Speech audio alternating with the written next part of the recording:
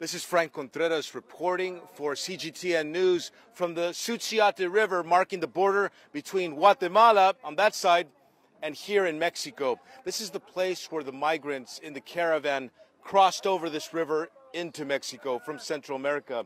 We're told on this day there's still a couple thousand more migrants in a separate group on the Guatemalan side preparing to make their journey across this river. A few days ago, on this very river, about a week ago I should say, about 7,000 people crossed through here. They used some of these rafts that you're seeing behind you. They're large tire tube rafts. The people aboard that particular raft you're seeing here are not migrants. They're actually Guatemalans who come into Mexico to purchase merchandise. Then they take it back across the river border and sell it in Guatemala for a better price. This is part of informal commerce, the Mexican government calls it, here taking place every single day on this border area here. This is the location, as I said before, where the migrants in the migrant caravan crossed over. We're told that more than 7,000 of them passed through here. And just a few minutes ago, CGTN had an interview with the mayor of this town on the Mexican side called Suchiate. The mayor, Sonia Hernandez, told CGTN that they took a head count. They created several shelters to receive the migrants the day they arrived. And for the migrants to be able to get into those shelters and get some water and some shade, they had to register their names, their ages, whether they're male or female, and what nationality they're from. And according to that count, which is not scientific, but it's a pretty good approximation of the numbers of people, they got that 7,000 number. But more interestingly, perhaps, inside that number, CGTN has learned that 2,370 of the migrants crossing through were children, essentially anywhere from infants, newborns, all the way up to 17 years old. Anybody who is a minor, who is not an adult, essentially. That was the head count. And so according to the mayor here, 2,370 some minors traveling in that first group of migrants that we've been covering here on CGTN. And so that number of people is among the larger group that's going to try to make its way north to the border with the United States. They know it's going to be a very long, hard journey. They're talking about a journey of more than 1,500 kilometers still. And so it's going to be a difficult passage for them.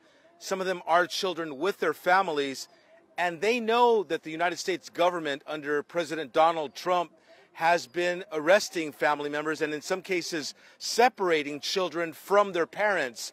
So this is quite a risk that the family members say they're willing to take because they know that the situation in the United States economically is by far better than what they live on the Central American side of the border. All of the migrants that we've been speaking to say that they're fleeing intense poverty. They tell us that inflation has risen dramatically in recent years in Honduras, and that the government there has imposed new higher taxes on the people to try to help pay for social services, according to the government. But the people say that their government is corrupt and they're unable to pay those taxes, and so the economic situation has basically forced them, they say, to leave their country. A good number of migrants have also told CGTN that they're fleeing violence due to crime-related activities taking place in Honduras at the hands mostly of gang members belonging to Mara Salvatrucha groups and other gang members in that Central American country. On this particular day, though, it's quite calm and peaceful here on this border area. Far behind me here on the river, you can see people aboard rafts. Some of them, yes, are migrants coming in broad daylight across the border here. Right across to me, out of our picture here to camera left here, there's a group of federal police. We won't be able to show you them because they've asked for anonymity. They don't want to be shown on camera, is what I'm trying to tell you. But they're going to be standing right here as these migrants come ashore in broad daylight. Mexico says it's doing all it can to try to control the flow of undocumented immigrants, but it really can't stop them entirely without using violence. The Mexican government has decided not to take that route. So what's happening now is when the migrants do come ashore, as you're going to see with this group here on this raft here, our cameraman Jimmy Hernandez showing you the pictures here, they're going to come ashore and they're going to make their way by foot to the next Mexican town about 35 kilometers distance away from here. They're going to walk to the next town, which is Tapachula, and there they can register with Mexican government officials. Actually, correcting myself here, you see an agent here dressed in beige and a green top, and the white shirted agent. These are immigration agents belonging to the Mexican government. They're checking people's identifications now as we speak live here on Facebook. CGTN showing you these pictures live. The Mexican government is asking for IDs. They're going to register these people, and so they're not able to just come in at will, as I was reporting earlier. Now Mexican immigration services are actually reviewing these documents the people bring and checking to see. So they're allowing them to pass in now, as you can see. And this is quite an unusual moment you're going to see live right now before your very eyes. This is the system Mexico has been using to try to deal with the flow of undocumented immigrants from Central America into Mexico. There are Mexican federal police here. ¿Los puedes ver en la imagen, Jimmy? Ellos? Okay. We're going to show you more heavily armed Mexican federal police here, standing by, protecting the flow and the peace here as the migrants make their way into Mexico. And again, this is a pretty unusual moment that you see live here on Facebook, CGTN broadcasting these images to you. We've been here pretty much a week now, bringing you reports, live reports on the news channel, and also video reports showing you what the migrants have been going through. Most of them claim that they're fleeing widespread poverty and violence. The Mexican government understands that, and they're trying to deal with it as much as they can. The President of the United States, Donald Trump, says that he will cut off aid to Central American nations who says nothing to stop the flow of the migrants. Mexico has not received any threats from the Trump administration in terms of cutting off aid or anything of that sort. But there have been threats by Trump to seal off the border between Mexico and the United States. Trump says he'll use the military to do that because he sees these migrants as a threat to U.S. security, he says. This is all happening, of course, as you know, right as a midterm election is about to take place in the United States. And these migrants are very well aware that is the fact, that their very presence in Mexico could spur the vote in the United States. Donald Trump has even named the Caravan itself as part of one of the issues that people will be voting on, U.S. citizens will be voting on as they choose the members of their Congress and Senate in this coming midterm election scheduled for November 6th in the United States. So there are politics surrounding this situation.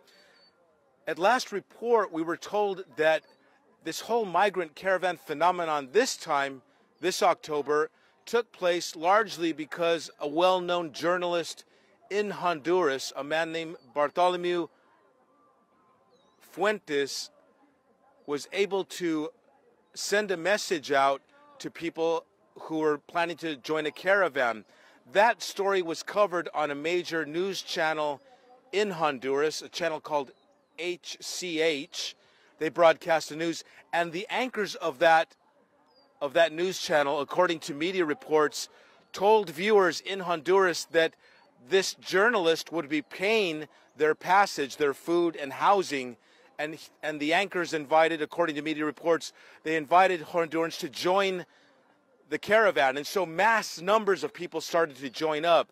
And so a rumor spread on local television in Honduras, apparently, according to media reports, is what sparked this great number of people to come across this time to cross the river here. We were speaking, as I said earlier, to officials here in the town of Suchiate, government officials at the municipal level, who've been watching the migration phenomenon now for decades. One of them is the vice mayor here.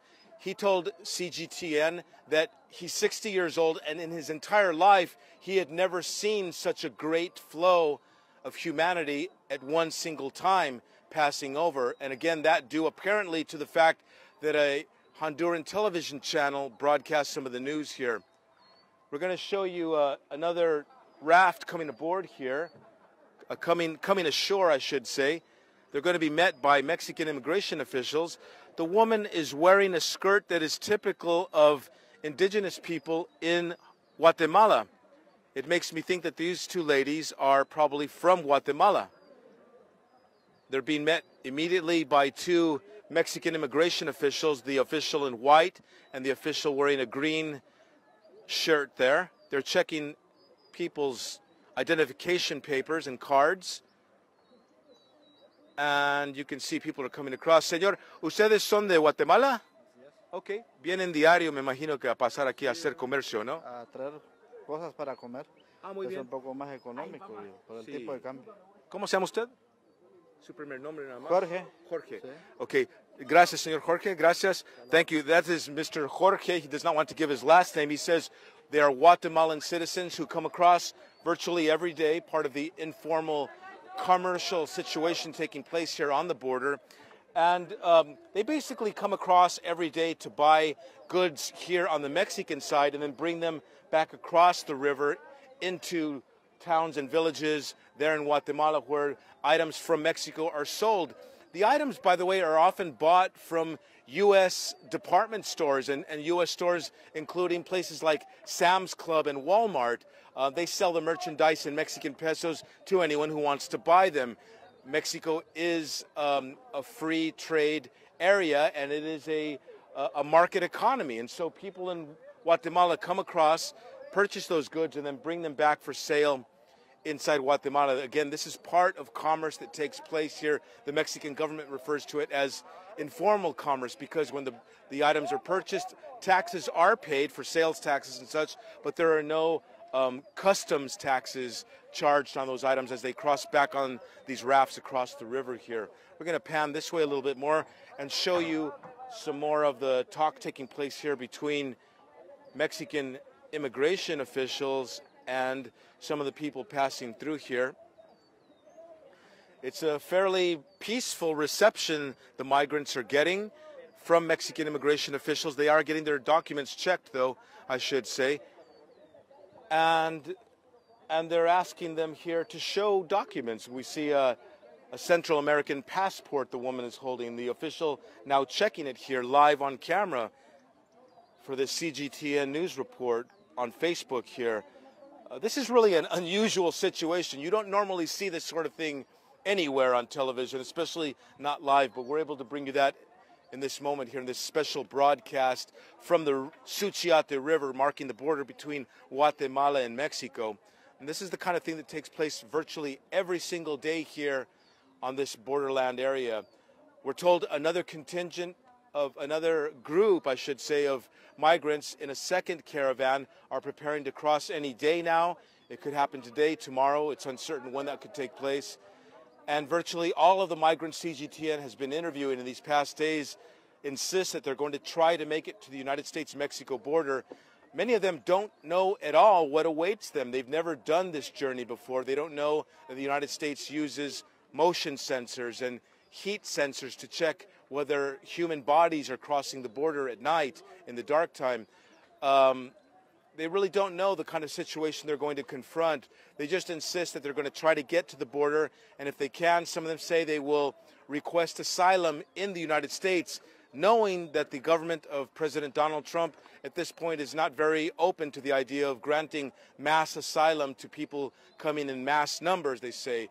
And so this situation will continue. It speaks to the economic conditions in Central America, in this region of the world, and the vast contrast that has with the powerful economy of the United States, one of the world's richest economies. So this is really a phenomenon that involves a push, the violence and poverty, pushing people out of their country, and the pull of economic strength in the United States, and even Honduran families who are already there in many of the southwestern United States cities and throughout the east coast of the United States. These are the two sides that are pushing and pulling migrants toward the border.